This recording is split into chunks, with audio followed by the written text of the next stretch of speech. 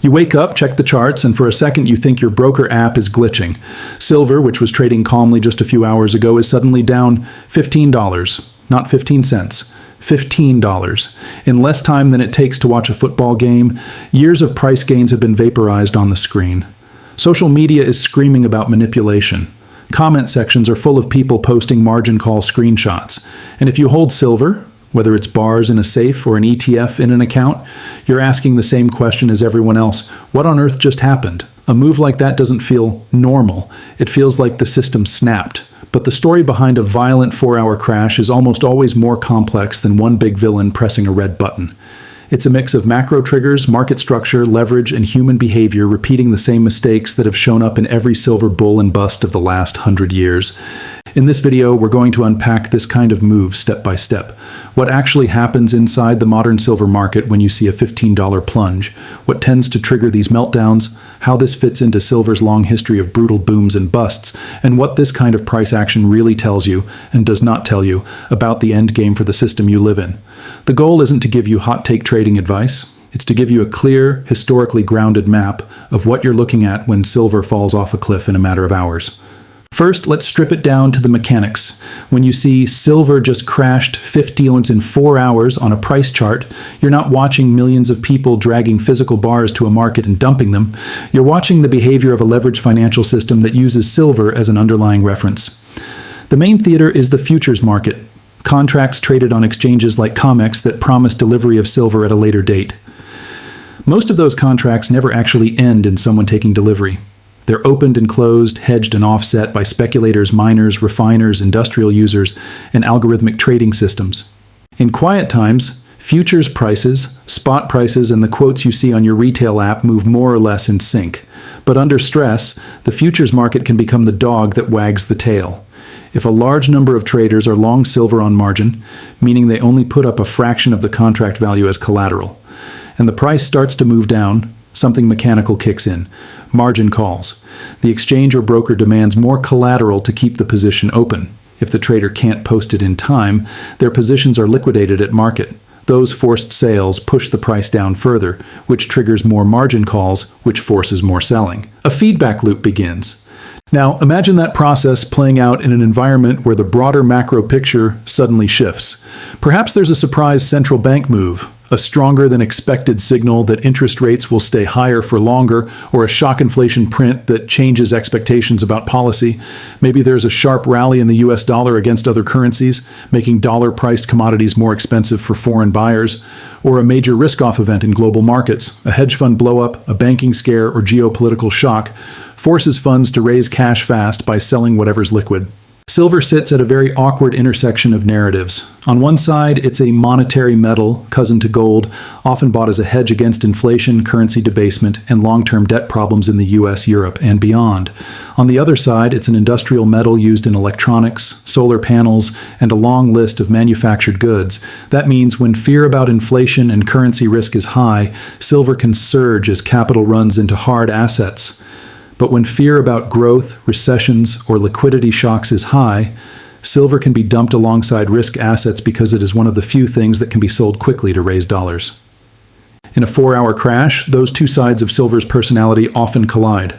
If the catalyst is a hawkish central bank stance, signaling tighter money, the story becomes higher real yields, stronger dollar, less demand for non-yielding metals, and algos sell. If the catalyst is a growth scare, the story becomes less industrial demand, weaker manufacturing, weaker emerging market buyers, and algos sell.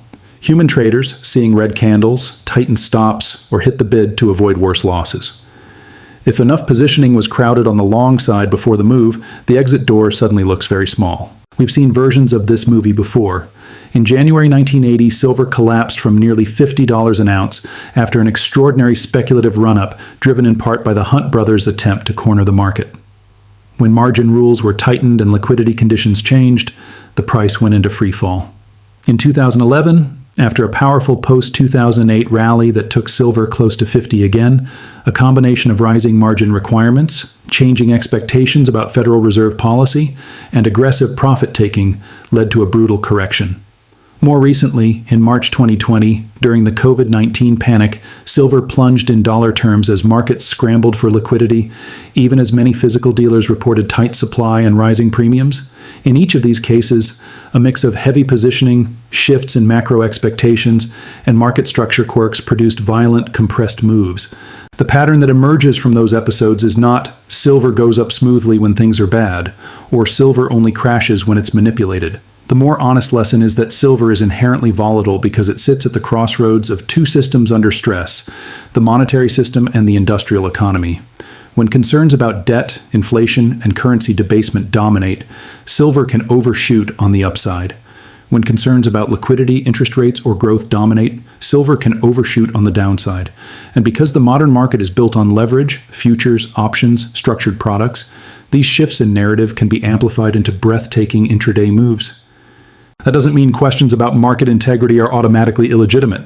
There have been documented cases where large institutions were fined for manipulating precious metals markets using illegal spoofing tactics, placing and canceling large bogus orders to influence short-term prices. Those cases are a matter of public record, but it's important to distinguish between illegal short-term tactics that can nudge price action around specific moments and the broader structure of supply, demand, and leverage that makes $15 4-hour crashes possible in the first place. Blaming everything on a single hidden hand can feel emotionally satisfying, but it skips over the very real, very public mechanics that shape these moves. To really understand what triggered this meltdown, you have to zoom out to three overlapping layers. The first is the macro backdrop, where are interest rates, inflation expectations, and the dollar. What are investors expecting from major central banks in Washington, Frankfurt, London, and elsewhere? The second is positioning.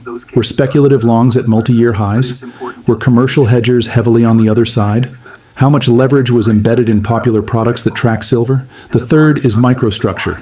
Did an options expiry cluster around certain price levels? Did stop-loss orders sit just below a round number, waiting to be tripped? Did a specific news headline hit during a thin liquidity window, such as an overnight session, when relatively small orders move price more than usual? Put together, it's often a chain reaction. A macro headline hits. Algorithms that scan news and macro data adjust their signals. Those signals trigger futures selling.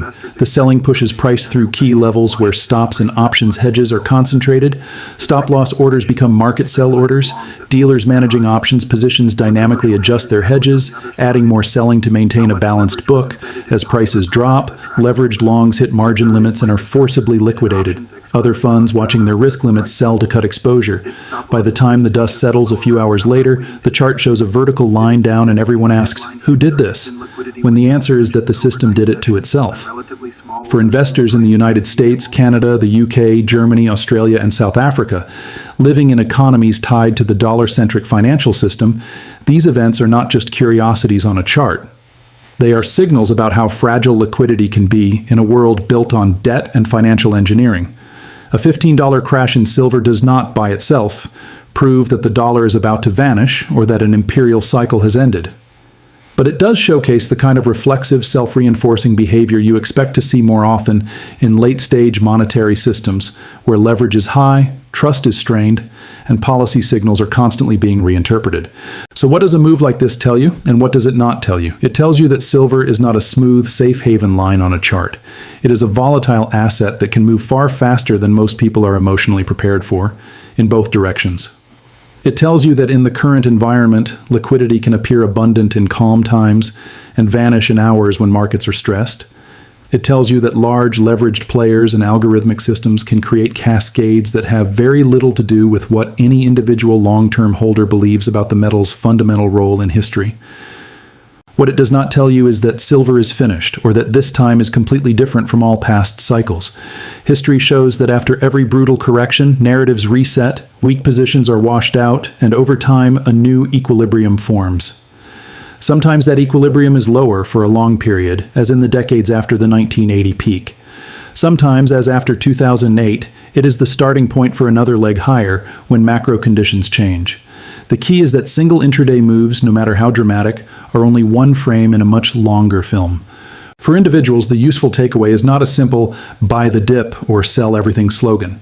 It is a recognition of the environment you're operating in, a world where highly financialized markets, complex derivatives, and global macro shocks interact in ways that can produce shocking short-term moves in assets that many people think of as long-term hedges. Historically, people who navigated similar eras successfully did not rely on perfect timing or clairvoyant forecasts. They focused on understanding the character of the assets they held, their volatility, their role in the system, and their sensitivity to interest rates and liquidity, and made decisions that reflected that reality rather than ignoring it. None of this is personal investment advice. It is educational analysis based on how modern markets function and how silver has behaved across multiple cycles.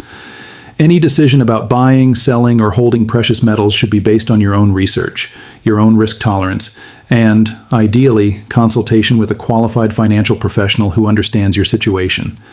The purpose here is to demystify what a headline like "Silver just crashed $15 in 4 hours" actually means, so that the next time you see a move like this, and history suggests there will be more, you're reacting to the underlying structure, not just the emotion of the moment. If you've experienced this latest move in your own portfolio, you already know how fast markets can humble conviction. The question is not whether volatility will disappear. In late cycle systems, it rarely does. The question is whether you choose to ignore it or decide to understand the machinery behind it. If you want to go deeper into that machinery, the next video looks at how silver behaved during some of the most extreme monetary disruptions in modern history, from 1970s inflation to the 2008 crisis, and what those episodes can and can't teach us about the environment we're heading into now.